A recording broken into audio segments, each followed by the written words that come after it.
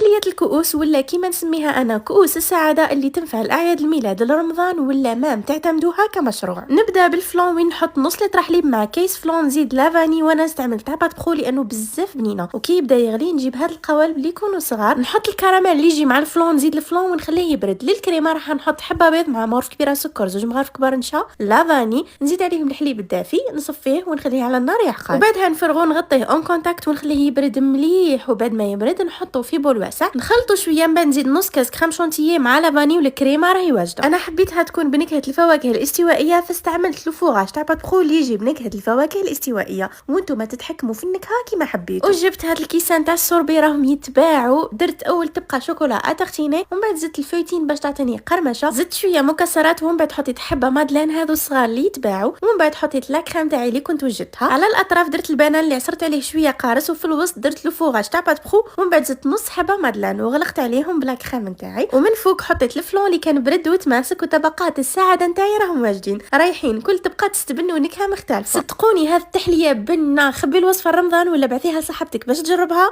وهذا ما كان.